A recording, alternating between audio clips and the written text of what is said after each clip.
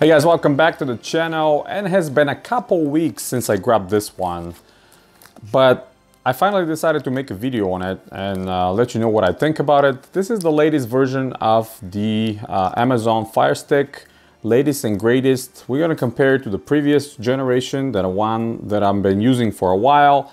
And for those of you that are wondering, these are one of the best devices actually to bring your streaming or home entertainment to not only your spare bedroom or other rooms around the house, but actually you can bring it out to the road if you're in a hotel, or if you're traveling for business, if you're going somewhere on vacation, throw it in your backpack, bring it over there, stream your Netflix and other media, no problem whatsoever. This is what exactly I'm using it for.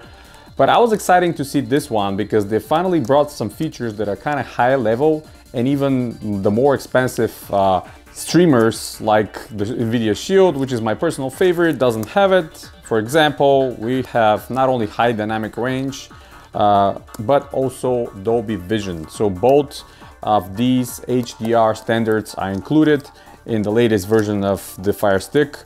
4K, obviously they're marketing it because this stick can finally deliver 4K at 60 frames per second with those two HDR standards that are now fighting for the market. But it's good to have both because some TVs have one or the other, some have both. It's good to have them.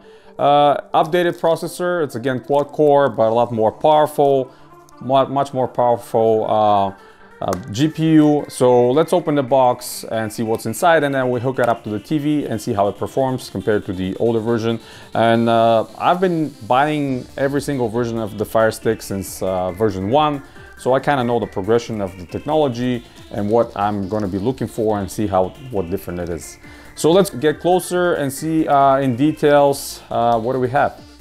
All right, now that we have it in front of us and we have the older generation right next to it, let's open the package real quick and see what's inside. What's great about this is constantly now around Christmas and before, starting all the way from Thanksgiving, these were going for on a discount. So instead of their regular intended $45 price, they're now selling for $35, which again, for me, it's an absolute steal and an amazing deal. Considering what you're getting in the package. As you can see, some of the information on the side. Feel free to pause and go through it. Shows what's inside the box, all the other details. So let's have it open. Very similar packaging to the older generation FireStick. Kind of opens like a book. And on the left side we have power. See what the power delivery here is. So we have output 5.25 volts and 1 amp. Nothing crazy. You can power it with pretty much everything. We have the newer remote, which is a big step up compared to the old one. I'm gonna bring the old one in a second and show you the differences, but now we have volume rocker straight onto the remote control, mute button, and we have the actual power on and power off button, which is a great addition. And this is how the old remote looked like. Same controls, but no power button, no volume rocker, and no mute button. So I'm very excited to test this remote. It's exactly, well, almost exactly the same size. This is actually a little bit bigger than the new one, but it's a great and welcome addition. And I think a lot of the fans of these devices were asking for that volume rocker. And this is the actual FireStick. Let's see how big it's compared to the older version. Slightly bigger, as you can see, maybe half an inch taller. The same width, actually thickness, slightly thicker, maybe not even a fraction of an inch. Definitely heavier. I can tell that they put some significant cooling here for the new processor, new hardware. This is a much lighter. We have some information in the bottom. But yeah, this is a great addition, and as always we have batteries right here included for the remote, two AAA batteries. On the other side we have some quick start guides. We have the cable, micro USB. We have this extension, which looks a lot beefier now. Let's compare it to the old one real quick. Slimmer on the one side, HDMI female, where you can put the actual FireStick. The HDMI cable in between is thicker. Let's unwrap that real quick. get it out of the packaging. All right, this is how the new one looks. Some of the information in the back. The adapter, because a lot of TVs, you know, if you put them against the TV and this is your HDMI ports are outputting directly in the back and not on an angle, this will be impeding with the wall. So having this adapter helps with that problem. Maybe it's thicker because now we have HDMI 2.0 on it, because it's 4K 60 frames. The older one didn't need that much pass-through, so yeah, that's probably the logic behind the thicker cable right here on the adapter. Let's plug it into the TV and see how fast the menus are and how elaborate this one is compared to the older version. Now that I have the new Fire TV stick plugged in, let me just show you real quick before I move forward how is it plugged in the back. As you can see, the adapter really helps because the clearance behind the TV is not that big, but with it, it's hidden. You're not going to see it in front of the TV.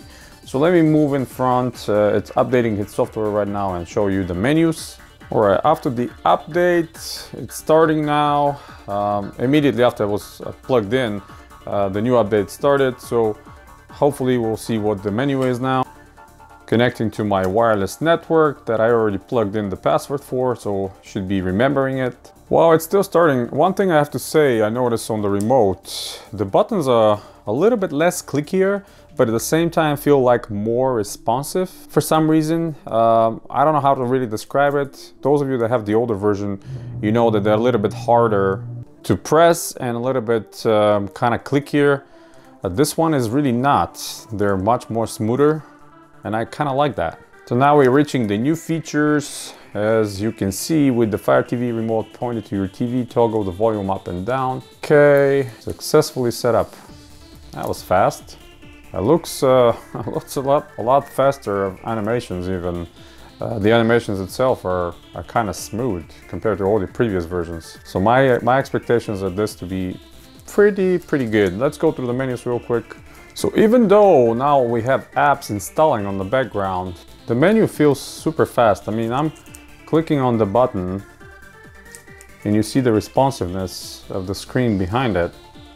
It's almost immediate. I mean, even with the latest Fire Cube that I have, I don't feel like the experience is it's far better than actually than the Cube. The Cube is kind of sluggish and a little bit slower, even compared to the to this FireStick. FireStick comes on the top of the food chain and seems like it's much faster than any other device that Amazon is providing. So this is excellent news. I mean, with all the voice commands that are available on this remote and this device as well, you really don't need the Cube or any of the other devices like the Fire TV. I would stick to this one. You know, invest in this, especially now. Grab it for $35 and off you go. You're going to be able to stream, and not only from the internet but your local networks. You know, if you have Plex, if you have other streaming softwares that you might use, Kodi, any of that stuff. I mean, it looks and feels a lot faster than I was expecting. So it's a great thing to see that Amazon is bringing a great, powerful, small device for a very cheap price of $35 to the consumers, and I highly recommend buying this one. I mean, it feels super fast. I have zero doubt it's going to perform great with Plex and any other services. Even the older devices from Amazon never had a problem, so this one will be a lot better as well. So yeah, perfect one for spare bedrooms, and in my particular situation, I take it on the road when I travel, go on vacation, go in hotels. Works perfectly well, and it's great to bring something on the road like that to kind of keep you entertained. I'm extremely happy with how this performs. Let's see what is the latest version of the software here. Check for system update. So the last one was from December 17th. Yeah, that's fairly new. That just got updated incredibly fast. I mean, I've never seen anything like that before from Amazon. All the other versions were a lot slower. But yeah, I'm gonna install all the other apps that I'm using all the time, like Plex, like Kodi, like SPMC, and see how they perform. But this so far, it's been absolutely great. No need to go through the menus. Obviously, you guys have seen that many times before. You can control your equipment from here. So with this remote, you can control your TV, you can control your, if you have a receiver or any other sound bars. I'm outputting the sound to the sound bar with optical cable. So let's see where the settings for HDR, color depth, okay. So here we have 12 bits, 10 bits, and 8 bits for the HDR. And dynamic range is always HDR and adaptive, which will change it. But again, my TV does not support neither those standards. This is an older TV I'm using here, so I cannot really test that. But trust me when I tell you, Amazon have done a great job. So yeah, overall, I think this is an excellent buy, especially for the $35 they're selling it right now. I think it's a must. So that's pretty much it, guys.